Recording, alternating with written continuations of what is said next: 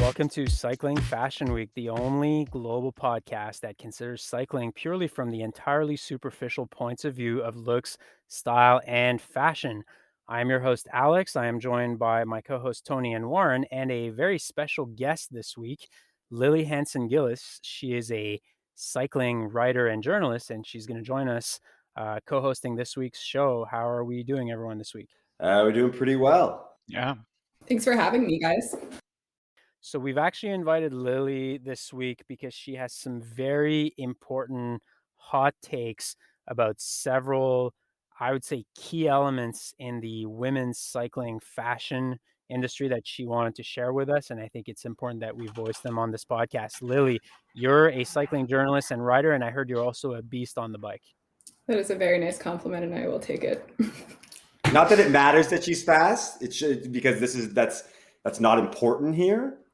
She is also very stylish, but we have to debate whether it's discouraged or not, because fast is still pro and looking good is pro. It could all tie in, but she does have a bike with drop seat stays. So, we can debate some stuff about her, but overall she's got a lot of style. She's a great rider.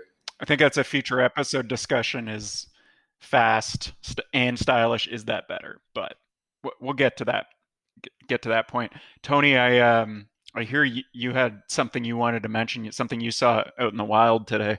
Oh yeah, of course. I was on the lakeshore in Toronto, Ontario, and there was a gentleman. I tried to get a pic, but he was just a little bit too far ahead of me, in a GCN kit. I should actually say, I think it was just a jersey, in the wild, riding a bike. I saw him with the bike. And in classic, someone who would buy GCN jersey fashion, he also was wearing Adidas running shoes with flat pedals. So I think we know the level of style, someone who's willing to fork out some euros, some pounds for a GCN jersey. Was he faster than you? Were you able to catch up to him, or? I wasn't at this point because I was actually running on the lakeshore and was not biking. Oh no! I have to wonder, like, what's worse, being out riding in a GCN kit or running? I actually don't know what's worse. I think running, for me anyway, is in the canal. Does that make him a triathlete? I mean, he had to be worse than me running, but yeah, I still think there's a lot of elegance in running. And sometimes you got a busy day at work and you just need to get your cardio up and get going. I mean, I'm admitting that sometimes I think of fitness and I hate to do it, but for everyone out there, my running kit is also on point. It looks great. I'm very stylish while running. That's great. You'll be really well dressed when you get very injured. Oh yeah, this is a hot take of Lily's. Every time someone runs, that's a great way to get injured. I'm not saying I do it myself sometimes. I also run sometimes and then I get injured. So the only 3 times I've run my entire life, I've gotten injured. So I think it's inevitable. There's something wrong with you guys. Maybe it's because one of my knees is already so destroyed that it can't get any worse. So we've covered this. Well, not on this show, but in life, that you and your family are like the $6 million man, which for our younger listeners out there, that's a reference to a very old TV show where this guy gets rebuilt and he's superhuman, essentially. That's the joke we're getting at. But yeah, Tony's definitely going to need 3 new knees, probably. All right, so for our first segment today, which is the segment where we review new releases, new products that have just come out, we're going to talk about a new kit that was just released this week by actually an Italian frame manufacturer by the name of Stelbel. For our listeners who don't know what Stelbel is, they're based in northern Italy. They make steel frames. So Stelbel, the name is actually named after the name of the frame maker himself, Stelio Belletti. And if you follow them on Instagram at Stelbel, you can see that their frames are really the pinnacle of Italian steel frame sophistication. The finishing on those frames is incredible. If you see anyone on the road, riding a Stelbel, which I don't think you will actually, because it's very rare, that person is definitely a Euro god. So this company released a kit. Nothing too special about the kit. We'll post photos on our Instagram at cyclingfashionweek. Make sure to go follow us there. The kit is pretty basic. It's pretty much, solid colors. There's like a pale kind of beige/yellow, written Stelbel on it. The bibs are black. There's nothing too special about it. Pretty nice from my perspective, but just want to ask the crew, what did we think of that specific release? This is terrible. You are correct, Alex, in saying that the Stelbel has probably some of the most beautiful bikes that I've never seen in the wild, but that I've seen on Instagram. They do a lot of great stuff. Very simple, clean lines, often matching the stem and seat post color, the frame color, which is beautiful. So this release of their kit looks like they've got sort of 4 jerseys and a bib, is very disappointing. They've got the one style you sort of said, it's kind of a beige, pinkish, the bergamo, and it's the nicest one. But again, depending on your skin tone, this would be a hard thing to wear, hard thing to pull off if you're if you're an Irish lad or something like that. And then the other ones are just meh. Like, I mean, I said terrible, but maybe I should just say meh. There's just nothing to it. I would never get up and really be excited by this at all. Totally disagree. I think it's an amazing release. And here's why. First of all, Stelbel. You want to buy a bike from Stelbel, you go to their website. What does it say right away? It says, we are not fulfilling orders right now. Our bikes are not available. You cannot get them. Genius manufacturing move. This is the Rolex model where you advertise like crazy on social media. You want people to want your products. People are just lusting after them. They come to a retail location or your website. They're like, I've saved my 12,000 euros or 15,000 euros or whatever it is. I want to buy a Stelbel. And what do they tell you? No, you're not good enough for it. You can't buy it. It's not available. I think it's genius. And what are they doing there? They're really propping up the value of their bikes, their frames, by making them unavailable. And they're flogging cheap kit on the side to generate cash flow and income. I think from a marketing perspective, it's genius. And Tony, I actually call bullshit on your arguments. If this were a Campagnolo $75 t-shirt, which is very basic, just basically a $75 t-shirt that says Campagnolo, you'd be all over it. You'd have it in pink, yellow, and green. I think yeah, I don't think your arguments make any sense. I think it's a genius release by Stelbel. Speaking of, they also actually have a retro jersey with a Campagnolo logo on it. Very, very retro. So Tony probably has already ordered that and is waiting for it. But in terms of this kit, the like the sort of cream beige one, it to me, it actually the mock-up looks like it's ripped off of the service course. I don't know if you've ever seen their kits, but it's looks like the same typeface, it's the same logo placement. So for a company that like produces such, in my opinion, because I'm with you on the bike design, they're like iconic and classic. This is, I thought I actually, when I first saw it, I thought it was like a service course collaboration. And yeah, I'm with Tony on this one. It looks just half-assed. From what Alex was saying, from a marketing perspective, I think it does make sense, but I definitely agree. It looks exactly like that service course jersey that you're talking about. And I know which one you're talking about. But if you zoom in on the second photo, you can see on the zipper, it says Santini, which is a kit manufacturer from Italy. And they actually make custom kit, but they also make kit for like a lot of, I don't know if I actually am allowed to say this, but they make kit for some of the bigger brands that a lot of people we know buy kit from. And oh, scoop. So, like, I mean, this is like a big kit manufacturer. They're buying these kit. They're not making them themselves, which obviously, like, I don't think anyone assumed that they were making them themselves. They make bikes. They don't make kit. Mm-hmm. But that being said, you would expect a little bit better quality when you scroll to the next photo. This is like a black kit, but you can see if you look at the seam and you zoom in on it, it's actually like you can see the line of white, which makes me think that they just printed it. It's not actually black fabric, and it like looks stretched out where the phone is. You know, it's got that kind of like black with a white background, which I think just looks so cheap. And then, yeah, I don't know. Generally, unimpressed in that sort of sense. The colors are pretty standard, but you know, they could have obviously done better. I think this thing is going to fly off the shelves from people who have been on the 12-year wait list for a Stelbel frame. They can't get it. What's the next best thing you can do? You buy a Stelbel jersey for 250 euros or whatever. My only beef, I do want to point out, if you look at their Instagram post of the release that they did, the guy, and first of all, I think that's a POC helmet. or POC, not sure how you pronounce it, straight into the canal. Pog helmets, they look like a mushroom. Throw that into the canal. But even Ooh. worse, the guy is wearing black shoes and white socks, which we've covered this Ooh. on a previous episode. man. That's a big no-no. You absolutely cannot wear black shoes with white socks. You could wear the opposite, but you cannot do that. That's a major faux pas on our friend Stelio Belletti's part. Do we think that maybe somebody has hacked the website and has just put this up and is like trying to sell? Maybe it's Santini. You know, they're just trying to sell their own kit, because like none of this feels in line with the style and quality that Stelbel is known for. I mean, do the Campagnolos t-shirts feel in line with that? Like, have you seen one of those in real life? It's a t-shirt, like, you know. Yeah, but it says Campagnolo. Yeah, I don't touch it and feel, this is Campagnolo quality t-shirt material. You know, it's a t-shirt. I don't know. Let's ask Tony. He probably owns 5 of them. I do not own any, but every time I see one, I get tempted.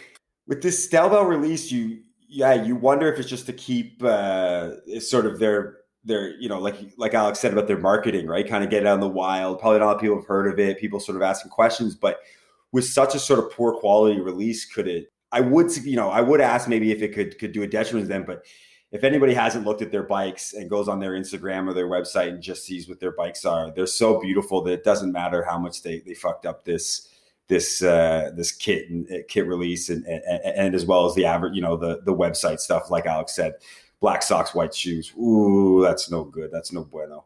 So yeah, I mean, Campagnolo t-shirts and sweatshirts are great. They look beautiful. They also, like I said last week with off the race stuff, off race kit, I like to sort of advertise that I'm a cyclist. I don't want people thinking when I say, I'm into bikes, that I'm riding a hybrid, hybrid to the park to have some wine and cheese. Wine and cheese is pro, though. Wine and cheese very pro. But it's a hybrid bike pro. I don't think so. I want to just my Pashley. I ride my Pashley to the park for some wine and cheese with a beautiful blanket and everything like that. But you don't own a Pashley? I ride my theoretical Pashley.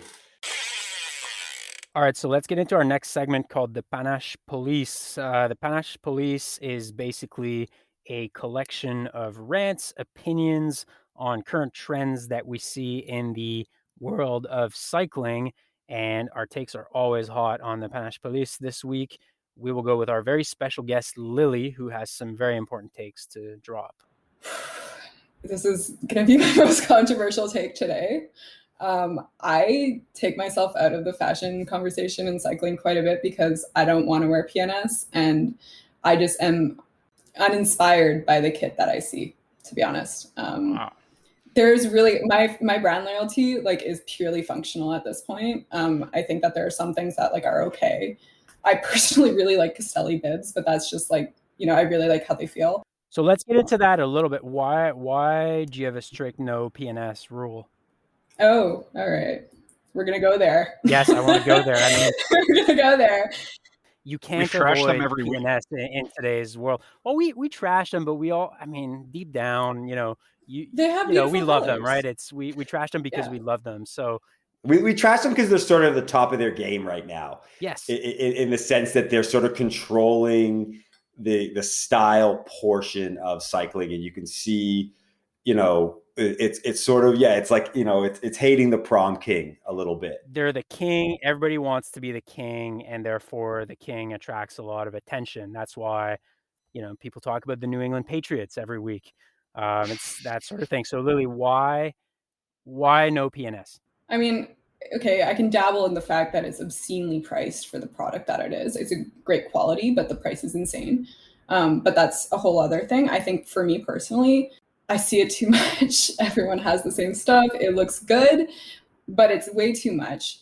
What I really think, though, is that the way I see it, cycling fashion is so stagnant and monotone. And it's funny because these colors are actually pretty monotone, but monotone in its thing, because the actual environment is so full of just these men in their 40s that are white, and actual fashion, the way actual fashion evolves is through POC designers and queer culture that are like taking on these interesting things that they've been marginalized and able to like accept, and then everyone appropriates that.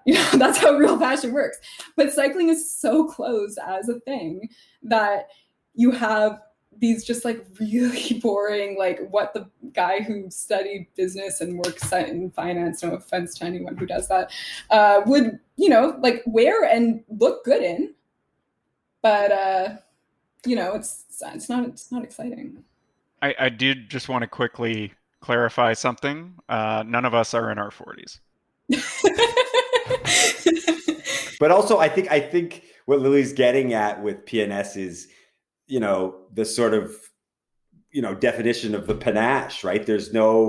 It's good, but in a very sort of steady way, right? There's no sort of dandyism or sort of panache. I mean, I think that's why we were kind of a bit excited about the Parakit last week, is because it kind of gave a little something different. Like and to Lily's point, with a lot of, where sort of everyday fashion comes from and the sort of marginalized communities, is that you need a lot of character to really do it well. You can't force it. You can't, if you're going to copy it, you've got to copy someone who's already done a great job.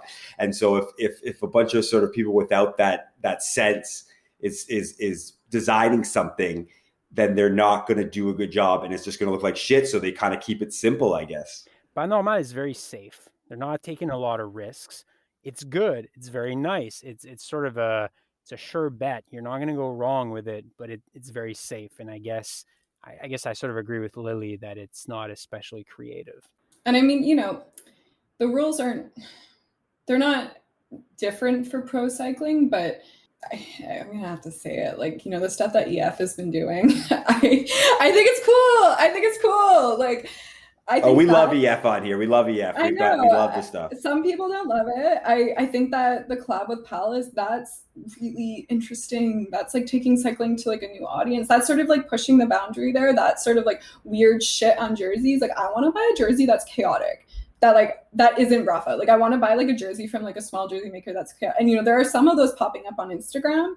But they're still like small enough that like they're pretty expensive, which is like, it makes sense. They're like making small batches of stuff, but I think those are the really interesting things.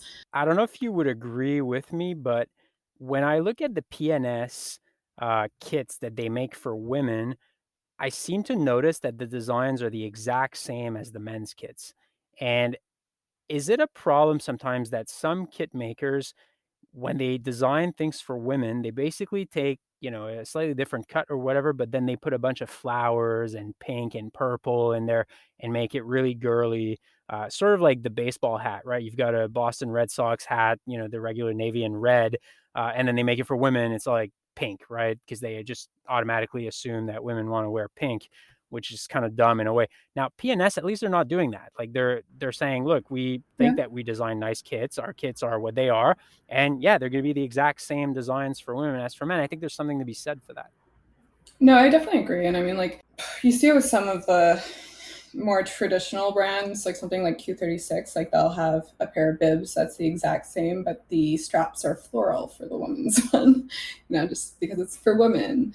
We gotta let you know. Yeah, just in case you forget halfway through a ride, oh, I remembered I'm a woman. There's the flower, But I think, and it's stuff like that really kind of tells me like we're not out of the weeds there yet, Recently, Liv came out with this kit, which is floral and has like a purple theme. And, their marketing for it, or just when they were talking about it, when they like released it, was saying, it's unapologetically feminine. That was the exact wording that they used. And I think that that's cool in some ways, because I know, of course, like a lot of women do want to wear those colors and florals, and that's totally fine, 100%. But if they don't want to wear that, the riders on that team are going to still have to wear that. Like, they have no choice. They're on a cycling team. They have to wear that kit. And that's that sort of like reclaiming sort of stance that really annoys me, because we aren't out of the weeds yet. Like, there are still so many kits that are just only come in floral design for women. So you would say that the Liv kit is in the canal? Oh, definitely. You would not want to see it. You don't. You want. You think that just shouldn't be in cycling right now. We, need to move forward. So you're tossing in the canal. Until they're making women's kits that are red, that ugly red that men's kits sometimes have, and that's like the majority of them, then they could be like, yeah, we're reclaiming the florals, we're reclaiming the purple. But like at this point, like, dude, like I have no interest in like reclaiming that. Some people might, but they can still find it. They're not having issues like reclaiming it. It's still out there. Maybe that's a project for women's cycling kit makers, which is to appropriate Cofidis culture. Yes, totally. You know, See that it's like a camp almost. I want like campy cycling kit that's cut nicely. That's not like vintage, but like a vintage style jersey, but with like longer sleeves. That's what I want. what about the Canyon SRAM kit? I personally think it's good. It really pains me to say anything good about SRAM, which I think is the absolute worst brand out there in cycling. But any thoughts on the Canyon SRAM kit? I like it. I think I did a ranking at some point of all the women's kits, and I think I put it, I want to say second after CCC, maybe. Hold on. Yeah, dude, the orange is sick. I mean, Okay, I think we've made a mistake. Yeah, sorry, Lily. You're off the rest of the podcast now. Oh man. I mean, Yeah.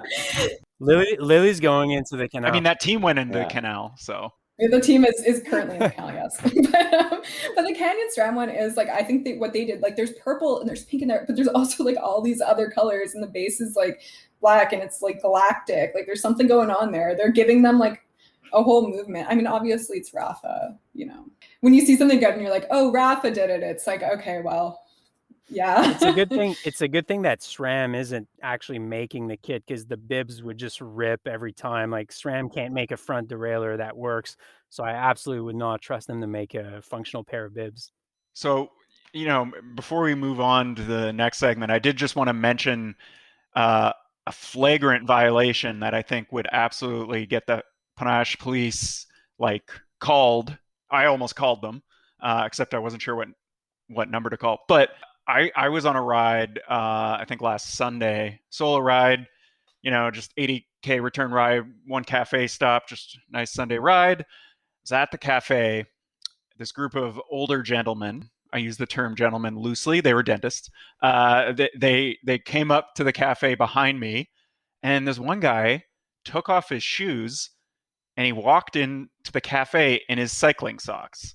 And listen, I know cycling shoes are horribly uncomfortable, and if they're uncomfortable and they look good, even better.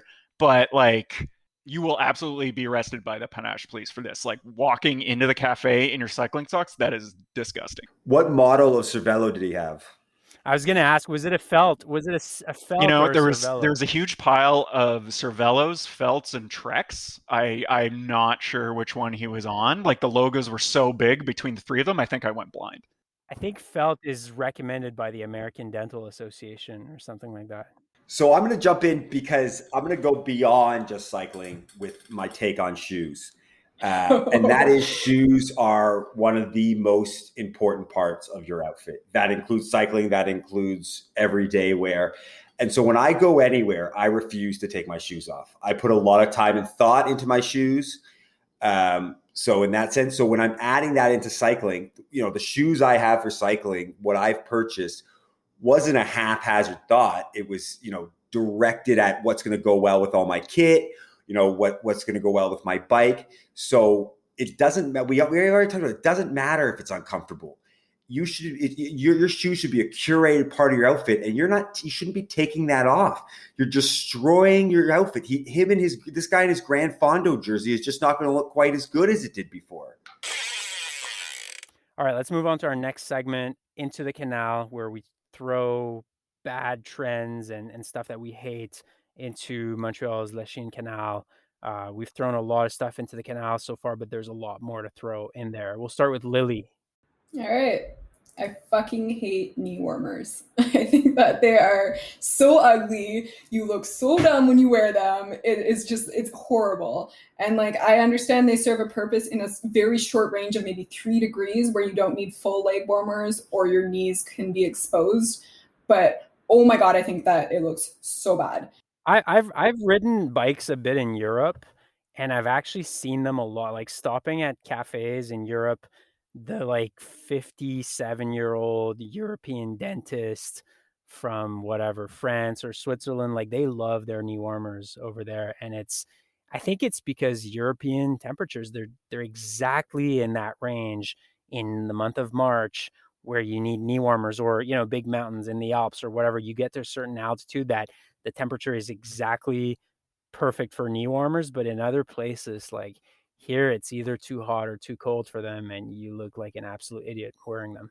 All right. Well, on that note, I'm jumping into the canal. I'm going to swim in it. I'm going to grab the knee warmers and pull them back out because I love a knee warmer. I absolutely love a knee warmer. I don't know if it's like Lily said about sort of temperature regulation.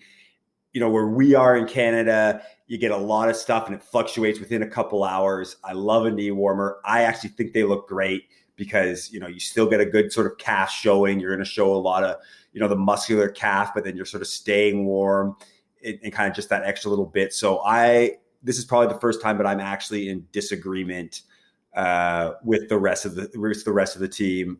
I like a knee warmer. I will say there's actually what's really interesting about you jumping into the canal is the fact that the reason poodles are shaved that way is so that their joints stay warm, because they were like a water swimming dog or something in the cold winter. I don't know the details on this, but it actually serves the same function as a knee warmer would theoretically. So it's cute that you would do that, but they still look ugly as shit. So knee warmers are for poodles is basically what Yes. you're saying. I can agree with that take. Yeah, and I would also throw poodles into the canal while we're at it. No good. Ooh. All right, Tony, what's your canal item this week?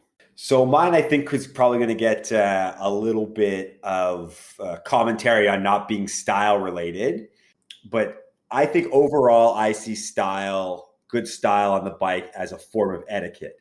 It's good manners. It's for yourself, and it's for the sort of viewing public of you out on the road, where we all kind of look good, and it's a form of etiquette. So this is another key form of etiquette, and that is being late to the group ride. I think that it's in the canal. We're all busy. Time is of the essence, and it's at 5:30 a.m. We don't want to wait for you. So, get your cycling kit and your bike and that etiquette, and then also bring the etiquette of coming on time for the group ride into the canal. Style is a state of mind. My canal item this week is camo as a proposition for cycling kits. If you wear camo kit, you have to go into the canal. So I think Search and State out of New York City, I think they're a cool brand. They make cool stuff. Their marketing is good. They have a lot of really nice jerseys. I think their stuff is handmade in New York City. Very good proposition overall. But that goddamn camo kit, they need to retire it. I think, it might have been cool for about the 10 seconds it came out. It is no longer cool. We need to retire any camo kit that we have. Camo bar tape as well. You throw that into the canal.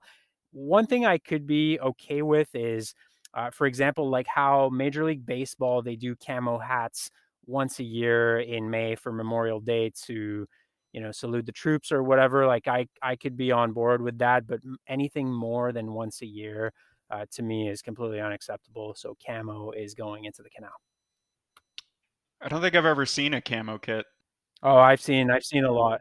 They're all over the place. And I think the most famous one is probably the Search and State one. But there's like cheaper AliExpress ones out there that people are wearing. Look, if I threw Search and State camo into the canal, I mean, AliExpress camo is going into the sewer part of the canal. Like it is very bad. I think that's a very triathlete sort of pattern that you Oh, might see. that is the hot takes we brought you on for, Lily. No, but I agree with that. Triathletes are the kind of hardos that definitely want you to know that they wear camo. Like they are big kind of military minded people, and they definitely wear camo. Triathletes are also going into the canal. Yeah, there's a whole episode to be done on triathlon kit, but I mean that's just that's a special episode. I think that's a short episode because we just throw it all in the canal. It's a rabbit hole. Let's not go there. All right, Warren, what's your canal item this week? So For me this week, I want to throw lace-up cycling shoes into the canal. And anytime I go on like a cycling forum and you're like maybe trying to find out like what are some good shoes people recommend, blah blah blah, you always have people talking about lace-up cycling shoes as like the stylish option. And I think we've covered this, the fact that you should be only wearing double BOA shoes, but I also wanted to talk about lace-ups from a style perspective. Is I personally think it looks like you needed somebody to tie your shoes before you left the house. Like, I don't think they look good. I think they look like bowling shoes with cycling cleats attached to them. And then, like, I know we don't really talk about performance, but I do think it's worth mentioning that I owned a pair of lace-up cycling shoes before I knew better, before I knew double BOA was the only way. And they were like, they never stayed tight, ever. Like, always had to redo them at some point during a ride. I don't buy that laces are like more adjustable than BOA. That's somebody who's never worn a BOA saying that. Yeah, they're kind of like the casual footwear option for cycling. Like, like if Skechers expands into cycling, they're going to make lace-up shoes. Look, in the holy church of Cycling Fashion Week, I think the first commandment is thou shalt wear double BOA at all times. Like, it's really double BOA or bust. And I think our listeners know that at this point. I do have a question though, and I agree that lace ups are canal. What about Velcro? I think I can kind of get on board with Velcro in like a late 1990s Euro way, especially if they're like white or red and it's made by Diadora or CD, for example. Like, I think I could probably get on board with Velcro. There's some, you know what? Like, I'm not afraid to admit it. There are some good-looking Velcro shoes out there. Physique makes some. Like, if you get into like the 3-layer Velcro Mavic entry-level shoes, not so great looking. But like, Velcro is not in the canal. It's just lace-ups for me. I think Velcro, the right Velcro shoe, can be done pretty nicely. And in terms of like secure, it's better than laces. It's not double BOA, but better than laces. I feel like lace-up shoes got big with the like fixie messenger crowd who like wanted to get into road cycling but didn't want to be like a road cyclist. Like, they had to let you know that they were still into, grunge punk and stuff like that. So it was like this kind of like bullshit way of being like, oh, like, yeah, I know riding a road bike's way better than my stupid ass fixie, but like, I don't want to be one of you guys. I got a lace-up shoe. And so not being one of you guys is bullshit. That's into the canal. So just let the wave of cycling and its rules wash over you, and just accept that there's a better way to do things in cycling. And we're the ones espousing it right now, but it's been espoused for years. You don't need to try and hold on to your fixie messenger cred. Tony, do you think that messenger crowd would also wear a Campagnolo t-shirt like the 5-1? Never. They would never wear a Campagnolo t-shirt. Or it would be some sort of thing where it was like, a knockoff of the Campagnolo logo, and it said something like, I don't know. I'm not clever enough to come up with something now. Probably more like a Cinelli t-shirt. I could see. Oh yeah, a Cinelli for sure. They'd be wearing a Cinelli with it. They'd have their cycling cap on while they went out to the bar or some bullshit. I just think I love how every time you mention his shirts, he gets more into his collection. I was gonna say, I could see those messenger fixie guys that they would wear a Campagnolo shirt if they bought it at Value Village. Which it will never be available at Value Village because the quality is so good. It will last so long. Anyone who purchases one will have it for a lifetime. They'll be passing it down to their kids. Their kids will be passing it down to their kids. People will be saying, hey, where'd you get that Campagnolo shirt? And say, well, it was my grandfather's. Would you buy a pair of Stelbel bibs if you found them on the rack at Goodwill for $3? Still no. Okay, so our next segment, we rate your bike for free. So this is a segment where listeners submit their bicycles to us by email at cyclingfashionweek@gmail.com, and we carefully analyze and review our listeners' bikes. We do this for free because that's what we do here on Cycling Fashion Week. And we also give our listeners tips and advice on how to improve the style of their bike. We've had some very good submissions so far. Not a surprise that our listeners are a stylish bunch and that they own nice bikes. But let's do this week's submission. The email comes to us from David from London, Canada. So last week we had Harry from London over in the United Kingdom. Now it's Dave from London, Canada. He says, "Hey there, my name is Dave from London. Love the podcast so far. Hope you guys can rate my CAD 9 for me. Happy to send over any info or if you need any more pictures. Have a lovely day, Dave." So very nice short email from Dave. And yeah, he has a picture of his CAD 9. We'll post it on our Instagram account at Cycling Fashion Week. I'll just describe it a little bit and then you guys can go into the analysis of the bike. It is a red, black, and silver CAD 9. It has normal seat stays, which is a very big plus in my opinion. It's got the old Cannondale lettering. One thing that's actually really nice too on that bike, the crank and the overall drivetrain is sort of silver colored, which is a little bit vintage almost, which I like. And yeah, that's Dave's CAD 9. So guys, what did we, and Lily as well, what did we think about Dave's CAD 9?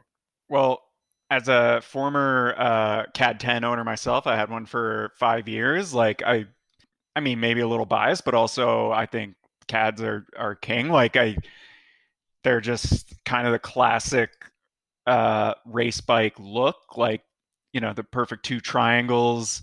So that alone enters like 8 out of 10 territory, and then a CAD 9 has kind of like that a bit of history to it because it's a bit older. So I like that. I do have to mention his stem looks a little short. So I definitely think he should be going up to like 120 millimeter stem and with a negative drop to it because it looks like maybe around 0. And some spacers above the stem. Got to cut those off, Dave. Get rid of them. And it's handmade in the USA. Like, that's, I mean, that used to be stylish. That used to carry some cachet. Don't know about now, but to me, if you own a CAD, it's a kind of saw bike. Like you're dealing with someone who likes a classic race geometry. In my opinion, the greatest CAD of all 5 was the CAD 5 with the Psycho paint job, reminiscent of the GOAT, Mario Cipollini. But yeah, I mean, there's nothing not to like about this CAD 9 that Dave submitted here. I think it's a great bike. I agree with Warren. He needs to immediately and irretrievably slam that stem. We don't care what it does to your back, Dave. You absolutely have to slam that stem. But yeah, I think this is a minimum of 8 out of 10 for me. And the tan sidewalls too. Bonus points for the tan sidewalls. 8.5 out of 10. So I'm actually gonna agree with Alex on the number. I think it's pretty high because there are some flaws. So I'm gonna say it's an 8.5. Sort of quick reiteration, CAD is king, sort of greatest aluminum series, the sort of vintage box rims, the tan sidewalls, always a win. And I'm going to keep it high because he does have some fixes, but they are fairly easy fixes for him to do. Everyone so far has commented on the stem and the stack above. Okay, quick, we got to get a longer stem. We got to flip a negative stem. You got to cut that. Fairly easy to do. Secondly, you still have the pie plate, the dork disc, as Alex calls it, on the back, which is the plastic piece between your spokes and your largest rear cog. Another easy fix, get rid of it. You're going to look a lot better. I just want to make one quick other comment. The Cycling Fashion Week group typically only allows bikes with straight forks. Curved forks are typically a no-no. Now, this is my one exception. This fork here, though has a curve on it, the overall profile and taper and the way it looks with the rest of the bike is a-okay by me. So I'm happy to give that a pass for not having a straight fork. But some quick fixes for our boy Dave here, and this bike will be a 10 out of 10 in no time. And the fork here, I would say, is also period appropriate because if I'm not mistaken, I think the CAD 9 is from 2010, and it's just how forks were back then. So to me, it's kind of respectful of the history and, additional props to Dave. I mean, 2010, I guess you'd be a little, you're getting into sort of neo vintage territory here. So if you hold on to that bike for a few more years, I think it'll have some collectability at some point. So I really like it. I just want to point out that the first group ride I ever went on, Tony was there, and he was the one who told me I should get rid of my pie plate. I was still wearing my thrifted Adidas big shorts at that point. My first and only pair at the time. We all start somewhere, Lily, but the pie plate is a non-starter. Get rid of I've that never thing. looked back since then. So. Yeah. But that's why there's global podcasts such as Cycling Fashion Week, where you can learn the rules, right? Before eventually breaking them. But before breaking them, you got to learn them. So this bike, I think what I thought was really cool about it was how consistent the colorways are. You know, you have those like little silver details in the frame, the silver crane, the wheels. You know, it goes really well. You know, there's like black details, black. It meshes really nicely. There are a few things I didn't like about it though, but they're pretty nitpicky. So that's what we like. We like nitpicky.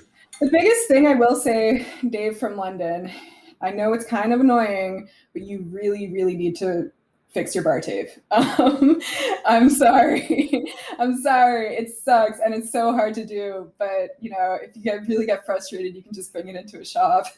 But it looks like it's really bunched up. SheldonBrown.com. Go to SheldonBrown.com and look up how to wrap your bar tape.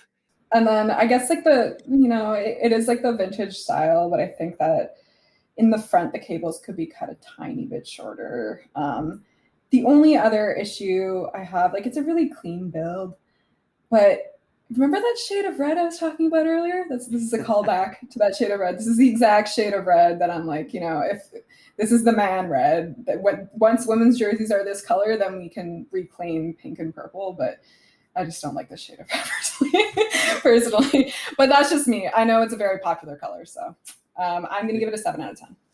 Kofidis red, 7.